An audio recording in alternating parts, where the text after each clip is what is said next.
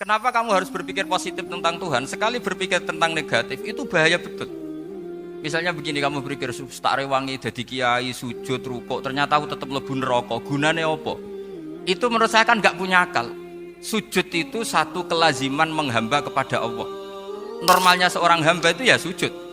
Kemudian gara-gara kamu ingin masuk surga, terus logika kamu dibalik. Gunanya apa saya sujud? Ternyata saya masuk neraka. Itu pertanyaan yang benar-benar bodoh dan itu menjadikan Allah benci. Logikanya dibalik begini. Ini saya ngomong serius karena ini bentuk kemenangan saya ini bentuk kemenangan saya. Saya berkali-kali ngomong di kota pelajar di Jogja karena banyak pengujinya juga. Bukan sekedar pendamping tapi penguji. Banyak yang profesor, bukan sekedar dokter, banyak yang profesor. Jadi ya ini dok. Begini, saya pernah ditanya sama seorang dosen, Gus, saya ini ngaji hadis banyak, tapi ada yang saya tidak paham, yaitu mangkola la ilaha illallah dakhalal jannah, ada kalimat wa in zana wa in saraka. Meskipun pernah zina, pernah maling. Ini kan seakan-akan mentoleransi perzinaan dan pemalingan. Terus saya bilang, oh makna hadis itu seperti ini. Jadi kebenaran absolut, kebenaran yang mutlak itu tidak akan terganggu oleh status perilaku seseorang. Saya berkali-kali memberi contoh. Orang yang ditangkap KPK akan bilang 1+1 2. KPK-nya juga bilang 2. Rivalitas dalam politik, Pak Prabowo ya bilang 2, Pak Jokowi juga bilang 2. Orang yang zaniyah, yang lonte pun akan bilang 2. Muftinya juga bilang 2. Ketua MUI-nya juga bilang 2. Artinya gini, kebenaran yang absolut adalah kebenaran yang siapapun akan meyakini seperti itu. Seperti 1+1 2. Kamu punya musuh bilang 2. Kalau ibu-ibu ini punya maru ya marunya bilang 2 tadi tambah mama. Enggak tahu saya terjemahnya apa tadi. Nah, kebenaran yang absolut itu kebenaran yang siapapun pasti mengakui. Dan uniknya begini, saya kalau saya pernah ngaji acara himmah, acara pondok sarang di Demak. Kalau kamu bilang 1+1 menjadi 2, untuk mengatakan 2 itu kamu butuh hadiah enggak? Mereka semua jawab enggak. Kita semua enjoy saja mengatakan tembok itu putih. Kenapa? Karena memang putih. Kita mengatakan 1+1 2 karena memang kita tanpa presentasi dapat hadiah, dapat penghormatan. Kenapa untuk mengatakan Allah itu Tuhan kita butuh surga? Memangnya kalau tidak ada surga Allah tidak jadi Tuhan? Ini problem orang soleh-soleh yang terlalu pesimis. Makanya nanti orang-orang soleh itu masuk surganya berat.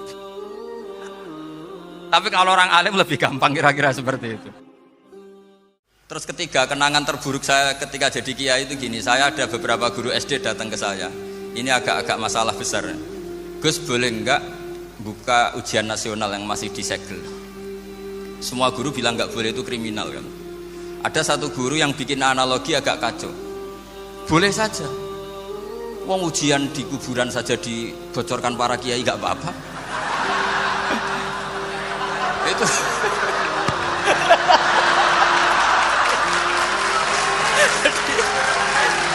tapi ini kriminal ya. Perhatian kepada kiai, nggak boleh memukul pemateri.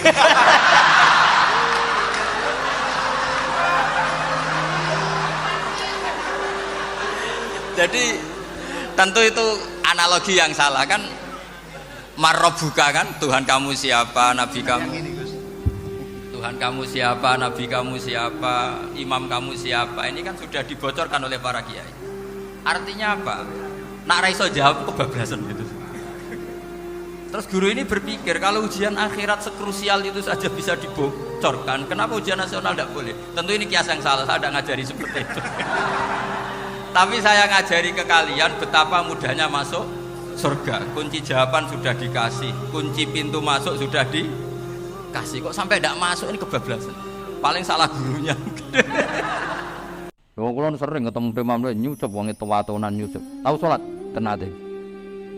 Tapi kula suwen nang jenengan bingung gak.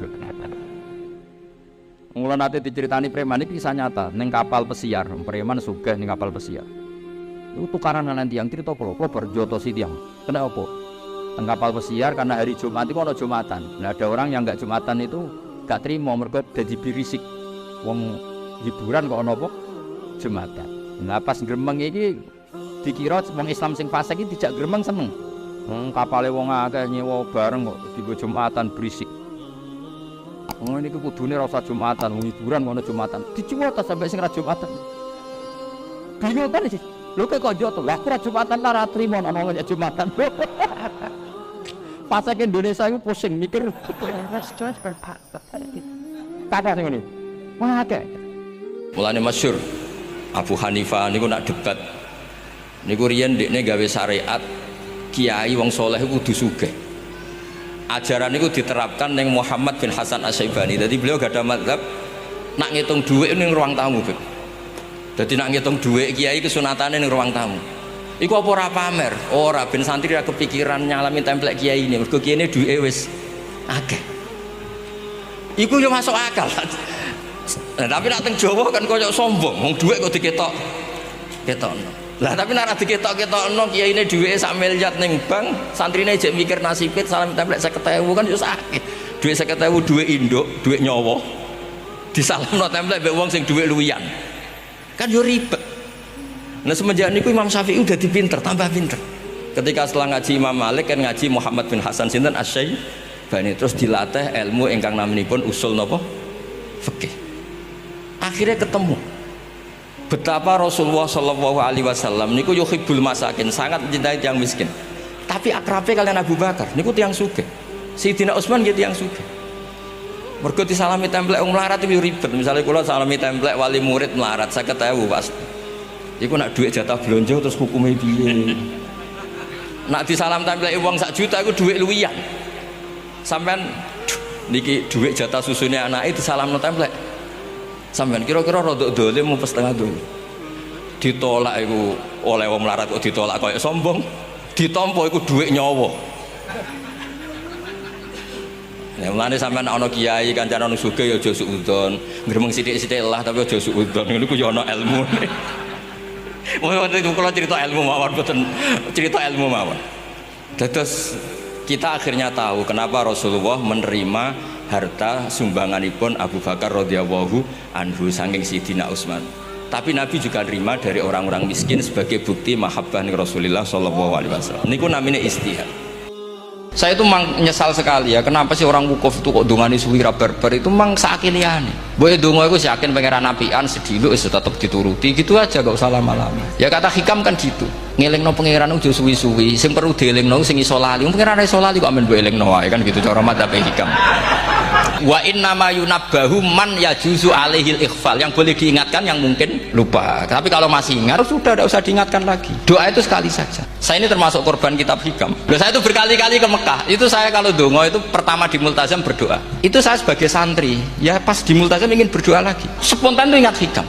Yang boleh diingatkan yang mungkin lupa. Akhirnya bilang, ya sudah tadi Gusti, ya gitu dong. Di putaran ketiga bilang, tadi loh Gusti, gitu terus. Karena memang saya malu mengingatkan zat yang nggak mungkin lupa. Tapi sampean jangan ikut saya, ini kriminal. Ini termasuk sisi-sisi kriminal ilmu saya. Malaikat Israel itu nggak tahu etika. Jadi beliau ketika mau membunuh, mencabut nyawanya Ibrahim datang, ya Ibrahim saya ini disuruh nyabut nyawa kamu. Kata Ibrahim, wah kamu itu pasti salah. Kamu tahu saya siapa? Saya ini Khalilur Rahman, kekasih Allah. Masa kekasih membunuh yang dikasih? Ini nggak benar, logika itu nggak benar, pasti kamu salah. Karena Israel itu tidak bisa debat. Ketika ditanya, hal ra'aita khalilan yumitu khalilah, masa kekasih membunuh yang dikasih? Saya ini Khalilur Rahman, masa Allah mencintai saya kemudian membunuh saya? Itu logika nggak benar. Nggak, keliru, kamu itu keliru. Israel akhirnya terbang lagi. Ya Allah, katanya logika saya ini salah. Karena masa kekasih membunuh yang dikasih. Karena Israel nggak pernah sekolah, nggak pernah sekolah, nggak bisa dia jawab. Akhirnya diajarin Allah. Dah kamu bilang gini ke Ibrahim, hal ra'aita khalilan yakrahu ayyalqa khalilah, masa kekasih tidak siap ketemu yang dikasih? Dibalik logikanya. Akhirnya datang lagi ke Israel, kata Allah begini, masa jenengan kekasihnya tidak siap ketemu yang kau kasih? Oh ya ya, oke, mati gak apa-apa. Jadi ilmu itu ngalamin perdebatan. Jadi saya datang murni karena Kiai Mas Bukin, bukan karena MC. Itu dosa besar kalau saya datang karena MC. Karena saya punya kewajiban yang lebih besar. Jadi yang bisa mengalahkan adalah a'dhama minhu, yang super besar kira-kira gitu. Karena jelas ada riwayat inna min abaril birri silatar rojuli ahla wuddi abi. Ya, inna min abaril birri silatar rojul ahla wuddi abi. Di antara kebaikan yang sangat baik adalah seseorang menyambung teman bapaknya. Padahal sampean kan nggak mungkin teman bapak saya. Teman saya aja nggak mungkin, nggak level apalagi bapak saya kan. Jadi malah mohal itu. Bahaya terbesar dalam fikih adalah apa? Mengkaji fikih tidak dari ahlinya. Ya, seorang lagi ya, mengkaji fikih tidak dari apa? Ahli. Nah, kenapa demikian? Begini, saya beri contoh. Ilmu fikih itu tentu pertama dari Rasulullah SAW. Kemudian bersanad sampai kita atau kita sampai Rasulullah. Itu ngalami sekian ijtihad yang tidak mudah. Saya beri sekian contoh. Dulu Imam Syafi'i itu sukanya sama guru yang miskin, ya, karena rata-rata santri juga miskin. Jadi mesti ngidolakan guru yang miskin, karena sesama miskinnya harus berkoalisi. Tapi akhirnya gurunya Imam Syafi'i itu miskin sekali. Namanya Muslim bin Khalid Az-Zanji itu miskin, Sufyan As-Tsauri miskin, Sufyan bin Uyainah miskin. Setelah ngaji di Medina itu Imam Malik itu kaya. Pas itu Imam Malik sudah kaya. Setiap ketemu Imam Syafi'i dikasih uang. Sampai ketika Imam Malik itu bilang, kamu sudah alim, ilmu saya sudah habis, kamu ngaji sama yang lain. Sama siapa? Kata Imam Malik, orang yang sealim saya sudah meninggal, namanya Abu Hanifah. Tapi dia punya murid, namanya Muhammad bin Hasan Asy-Syaibani, kamu ke sana.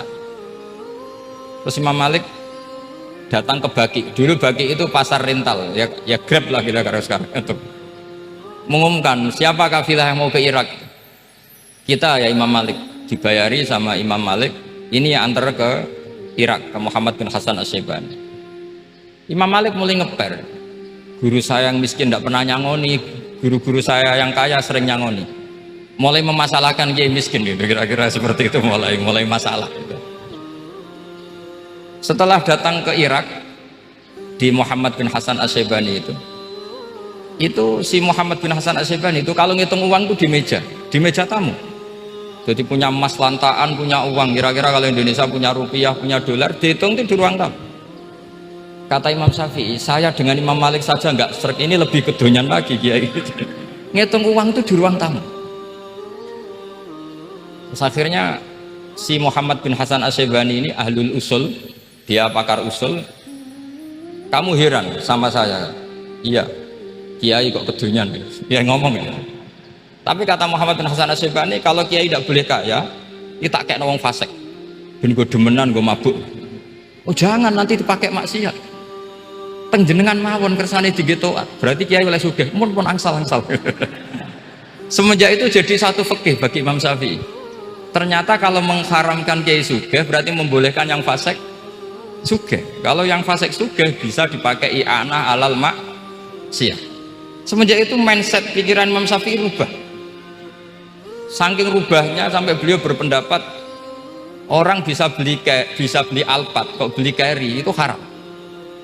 Bisa jadi bupati kayak Pak Roba, kok jadi RT haram. Pokoknya gitu.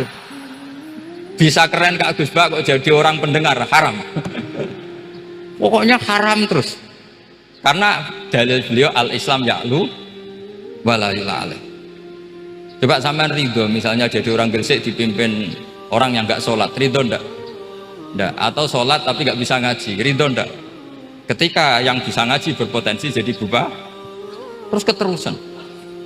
Karena Imam Syafi'i keterusan, ya umatnya keterusan. Akhirnya orang-orang Syafi'i itu politikus rata-rata.